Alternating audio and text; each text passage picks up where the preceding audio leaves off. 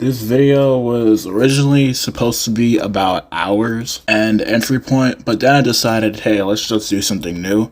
I've already talked about hours, so let's get rid of that. So I swapped out hours for this other game called Magic Training. Magic Training is a Harry Potter spell demo. You can like cast Harry Potter spells and shit. You have everything handed on a plate. You just gotta discover all the shit. So I guess you'd have to watch Harry Potter to like know some spells by default. When you have a spell, you have a limited amount of time until you could cast that spell. So you can't just hold it there forever. You have to cast it right away or else it'll just disappear and you'll have to like re-input the spell command. So timing matters a lot in this game because like you can get punished really quick if you're not fast enough at typing. So you need to remember shit, time shit, understand like the gimmick and the speed. And you might say, oh, I can just copy and paste spells, no biggie. No, if you copy and paste like macro, you'll get banned. So like it's either get good or get off the game. I don't have too much to say about Magic Training because this game's pretty dead.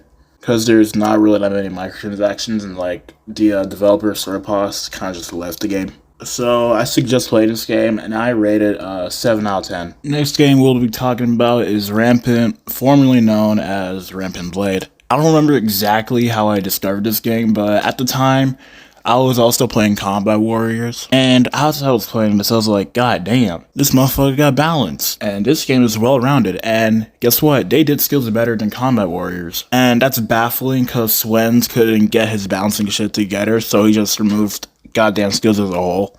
If this other melee-based game can get it better than Swens, then you're obviously doing something wrong. Also, mess with the models. They're simple, they're basic, they're easy to look at.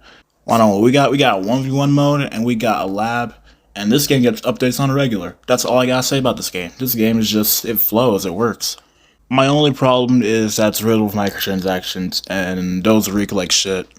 Somehow this game has a small player count, but I forget that we're on Roblox, and the standards are absurdly low. So yeah, go play Rampant. I rate it 8 out of 10. And saving the best for last, we got Entry Point.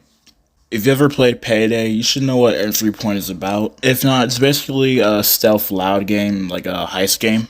Steal shit, and you leave. What I like about this game is that you can customize multiple characters for multiple builds. And you can have different playstyles every single heist, so like it's a refreshing experience every single time.